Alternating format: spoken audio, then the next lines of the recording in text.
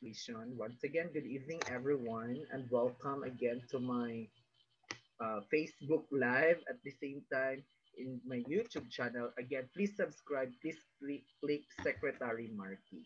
So our lesson for this evening, it's all about how to prepare an introduction in a research paper. Siyempre, ito yung struggles ng ating mga students, especially in senior high school, merong practical research 1 and practical research 2. So this time, I will be discussing to you parang general. So what are those research format? How to prepare a research paper? Ano dapat yung content ng ating research paper? Of course, meron tayong dapat cover, flyleaf, title page.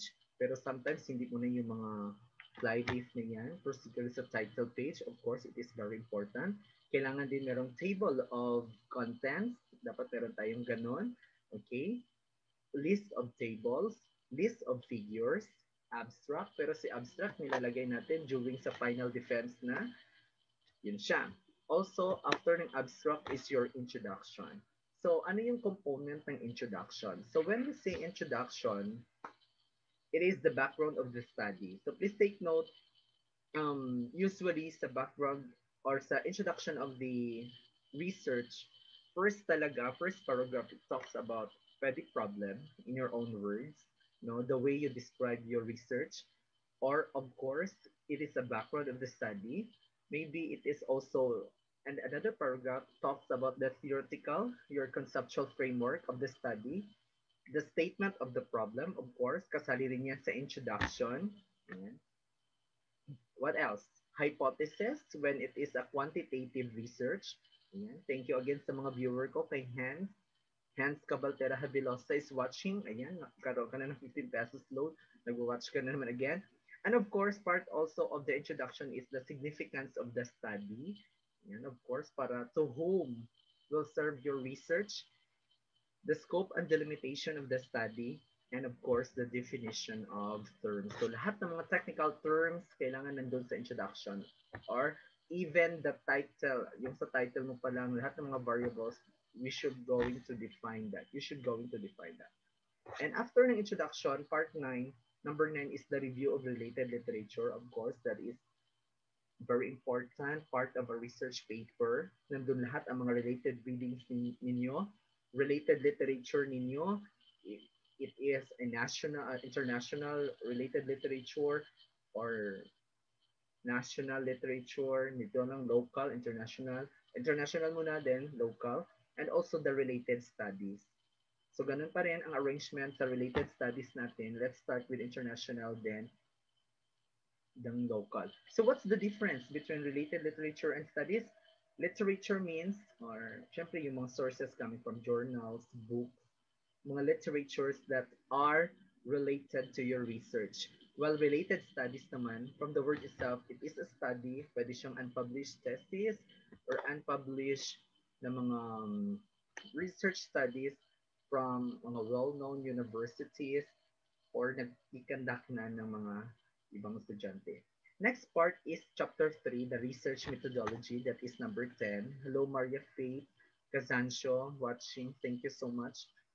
Sa research methodology naman, it includes first talaga, the most important is your research design. Anong research design niyo?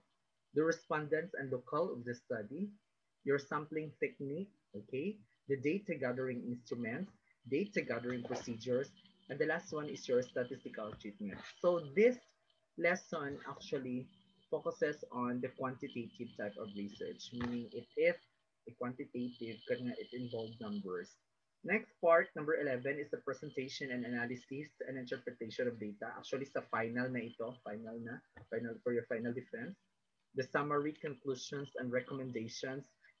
And for number 13 part is the literature or your references, bibliography, the references.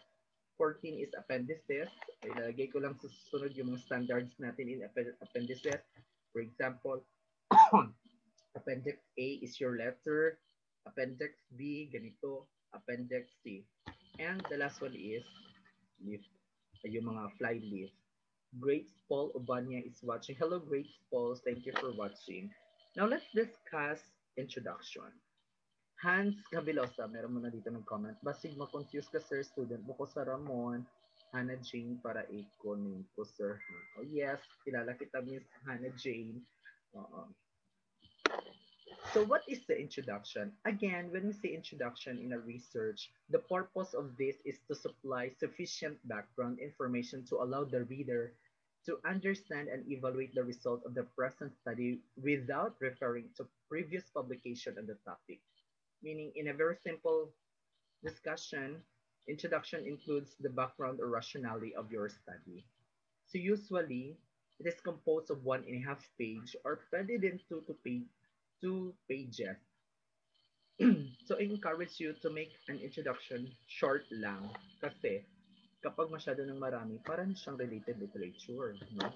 So, how to prepare introduction? Also, it will provide you the rationale of the study, the purpose of writing the paper, relate the background to the proposed problem, ayan, and of course, provide information as to what the research is all about. So, meaning, para saan lahat ang research mo? So, may nagpapag-greet dito. Grateful Obania. Hello, sir. Hello, Grateful. Thank you for watching. Alizeo, my friend.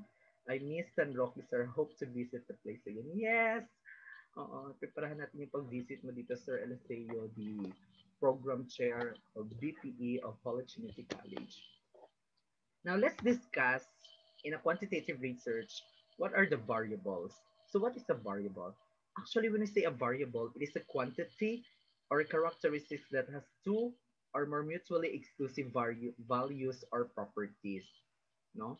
So, si variables, pwede siyang numerical values, categories, or quantities, or even characteristics. Now, actually, variables can be classified as two. Dalawa. Pwede siyang quantitative variable or qualitative variable. So it's up to you now. So when we say quantitative siya, quantitative variable can be measured quantitatively or numerically. Na-measure natin through your age. Example of quantitative variables are age, intelligence quotient, number of years in service, scores in exam, grade point average, number of hours slept, temperature in degrees, high blood pressure, heartbeats, and white cells. Meaning lahat na pwedeng mag-involve ng numbers that is a quantitative variables. Example, tanongin kita, ilang taong gulang ka na? So you can answer that by answering or using numbers from 0 to 100. Lahat mga IQ o may number. Magiging qualitative na naman siya, qualitative variables if cannot be measured quantitatively or numerically. Hindi siya na-measure using numbers. Example ng qualitative variables are gender. Manawin kita, ano bang gender mo? Siyempre ang gender, male or female, no? Civil status, single or married, educational attainment. So that is a qualitative variable. Study habits, stress, amount of depression, sleep, wake up pattern. So hindi na kailangan yan ng numbers. Halimbawa, doon na lang tayo sa civil status. Siyempre, you are single, married, or even widow. May nagpapa-shoutout pa dito. Hosania Tagalan, Cambarian. Pa-shoutout po, sir. Hello, ma'am. I miss you. Also, my auntie is watching. My ate is watching from Quezon, sa Luzon. Si ate, hello ate, kamusta? Ate Pagal. Sawa ni Kuya Christian. Ayan. Shout out right to Robio. Good evening, Sir Mark. Hello, Sir Ryan. Thank you for watching. Actually, my lesson, Sir Ryan, is all about research. Introduction na Sir Ryan. So, types of variables, or dito na lang mag-i-end yung topic ko. Dito muna, paunti-unti lang muna yung topic ko. Kasi, kung raramihan ko, baka maubos na ulan. Ang kayong gagawin. Kaya nga, ang subject natin is research.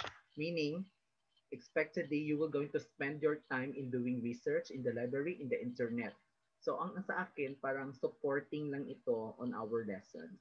Now, types of variables, meron tayong independent variable, meaning stimulus variables chosen by researcher to determine its relationship to an observed phenomenon that which researcher manipulate. Pwede natin manipulate yung independent variable. So another one is the dependent variable, meaning response variable, which is observed and measured to determine effect of independent variable. Meaning siya naman yung effect. Kung stimulus kanina sa independent variable, ang effect niya si dependent variable. Meron din tayong tinatawag ng mga moderating variable. Yan. Pa-shout out muna Shena May Abalahon. Good evening, sir. Hello, good evening, Shena. Thank you for watching. Yung tinatawag naman natin mga moderating variables, secondary or special type of variable to ascertain if it alters or modifies the relationship between the independent and the dependent variable. Ito si Ate Janice nagko-comment. Good evening po, Sir Mark. Hello, Ate Janice. Salamat. Thank you for watching. I hope hindi kayo bored. Thank you. I miss you na. And the last type of variable is the control variable, controlled by researcher in which the effects can be neutralized by eliminating or removing the variable. So, control, nakokontrol mo. Kung nag-experiment ka, pwede siya makontrol. That is your control variable. Comment again, J. Flores Bagtasos. Shout out, sir. Hello, J. Thank you for watching. Vince Salara. Shout out, sir. Hello, all. Shout out na Vince. Okay. The last variable is our intervening variables, meaning interferes with your independent variable, but its effect can rather strengthen or weaken the independent variable or dependent variable. Just to finish hello friend, hello Miga. Wala pa yung start nga na. Oh, marami na tayong viewers. We have 9, we have 8. Miss Eligido, hello. Thank you for watching. Yan. Now, so example of intervening variables are age, sex, effect on performance. When I say sex, yung male or female, don't be so green-minded. Okay, so again, thank you for watching. Thank you for listening. Again, please subscribe to YouTube channel, Secretary Marky, for the series of educational videos. And kapag na-subscribe na kayo, i-screenshot ninyo, i-send sa akin, then I will give you load. 15 pesos lang na load. At least, thank you for helping me and sharing. Once again, good evening and God bless everyone. Mwah mwah.